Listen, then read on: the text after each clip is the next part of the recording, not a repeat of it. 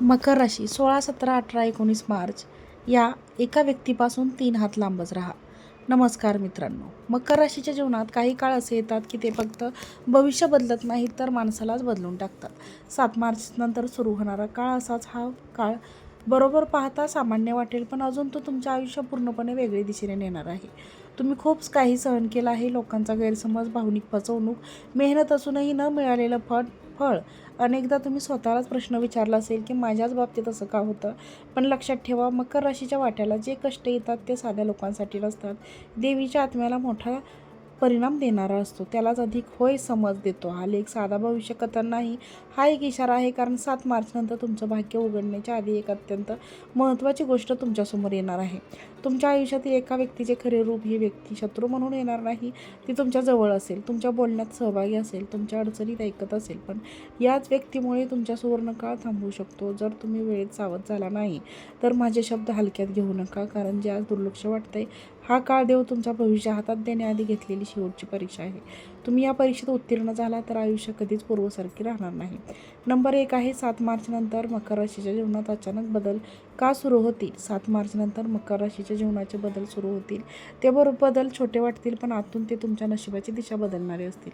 अनेक महिन्यांपासून ज्या गोष्टी अडकून पडल्या होत्या, नोकरीतील अडथळे, आर्थिक मानसिक गोंधळ घालायला लागली होती, तुम्हाला असं वाटेल की काहीतरी बदलत आहे, पण नेमकं काय ते कळणार नाही. हे सर्वात मोठं संकेत आहे, कारण या काळात गुरु आणि तुमच्या कर्मावर पडत आहे. जे तुम्ही मनापासून केलं आहे त्यात फळ मिळवण्याची वेळ जवळ आली आहे.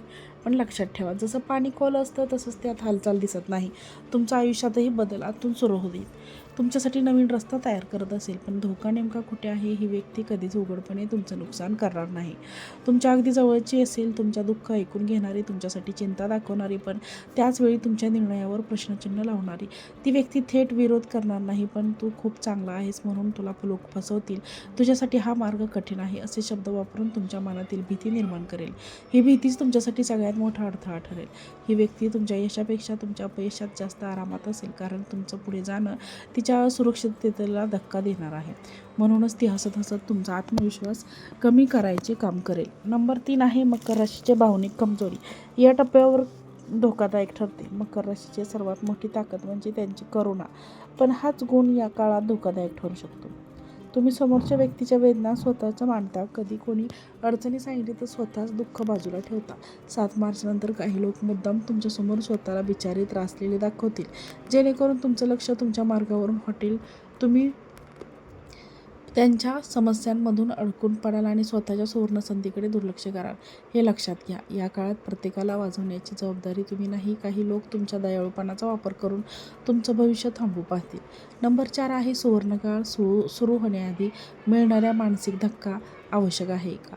हा धक्का देवाकडून मिळणारे शिक्षण आहे, तुमचं संरक्षण आहे. कारण चुकीच्या लोकांसोबत योग्य वेळ दिली नाही तर एखाद्या व्यक्तीचं खरं रूप या काळात तुमच्यासमोर येईल.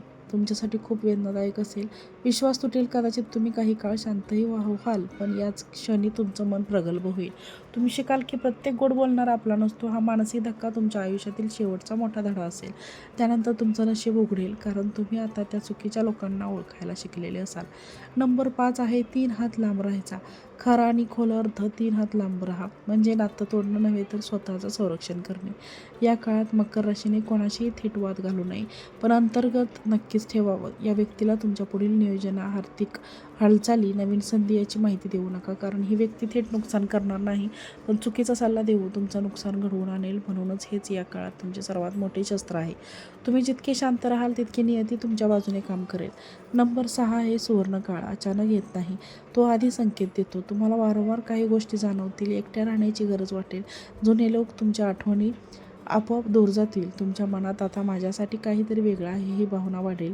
हे संकेत दुर्लक्षित करू नका, हेच देवाचे इशारे आहेत की तुमचं आयुष्य मोठ्या टप्प्यावर जाणार आहे. नंबर 7 आहे या काळात चुकीची प्रतिक्रिया दिल्यास काय धोका होऊ शकतो. जर तुम्ही भावनेच्या भरात सगळ्यांना सगळं सांगितलं तर हा काळ तुमच्यासाठी लांबू शकतो. जर तुम्ही समोरच्याला खुश ठेवण्यासाठी स्वतःचा मार्ग बदलला तर संधी निसटू शकते. जर तुम्ही जुन्या लोकांवर अंधविश्वास ठेवला तर मानसिक त्रास वाढू शकते. देव संधी देतो, पण तीच आपल्याशी जबाबदारी तुमच्या असते. हा काळ योग्य निर्णयांचा आहे, भावनिक कमकुवतपणाचा नाही. नंबर 8 आहे योग्य वागणुकीमुळे सुवर्णकाळ कायमचा कसा होईल. या काळात जर तुम्ही संयम ठेवला तर तुमचं नशीब कायमचं बदलू शकते. स्वतःच्या अंतःकरणाचा आवाज लोकांच्या गोंधळात अडकू नका. जे लोक तुम्हाला सतत कमी लेखतात त्यांच्यापासून मनाने दूर राहा. आध्यात्मिक बाजू थोडी वाढवा. मन शांत राहील आणि निर्णय अचूक होतील. हे लक्षात ठेवा. हा काळ फक्त यश देणार नाही तर तुम्हाला योग्य माणूस बनवणार आहे. मकर राशीच्या मित्रांनो, 7 मार्च नंतर सुरू होणारा काळ तुमच्यासाठी सामान्य नाही. हा काळ आहे निवडीच्या लोकांची, निवड विचारांची निवड आणि स्वतःची निवड. सुवर्ण काळ नक्की येणार आहे, हे लक्षात ठेवा. पण प्रत्येकासाठी नसतो, तर फक्त त्यांच्यासाठीच असतो जे योग्य वेळी योग्य लोकांपासून दूर राहण्याचं ध्येय दाखवतात. या लेखात सांगितलेली 3 हातांची अंतररेषा ही भिंत नसून एक संरक्षण कवच आहे. हे कवच तुम्हाला भावनिक फसवणुकीपासून आणि तुमच्या स्वप्नांना अडथळा आणणाऱ्या लोकांपासून वाचवणार आहे. जेव्हा तुम्ही शांत राहता, कमी बोलता आणि स्वतःच्या अंतःकरणावर विश्वास ठेवता, तेव्हा जे तुमच्यासाठी मार्ग मोकळे करतो ते लक्षात ठेवा. तुमचं नशीब कोणालाही हिरावून घेता येणार नाही, पण चुकीच्या लोकांमुळे ती उशिरा नक्कीच येऊ शकते. म्हणून सावध राहा, संकेत ओळखा आणि स्वतःची किंमत ओळखा. वरील व्हिडिओ आवडला असेल तर व्हिडिओला लाईक करा. चॅनलवर नवीन असाल तर चॅनलला सबस्क्राईब करा. श्री स्वामी समर्थ.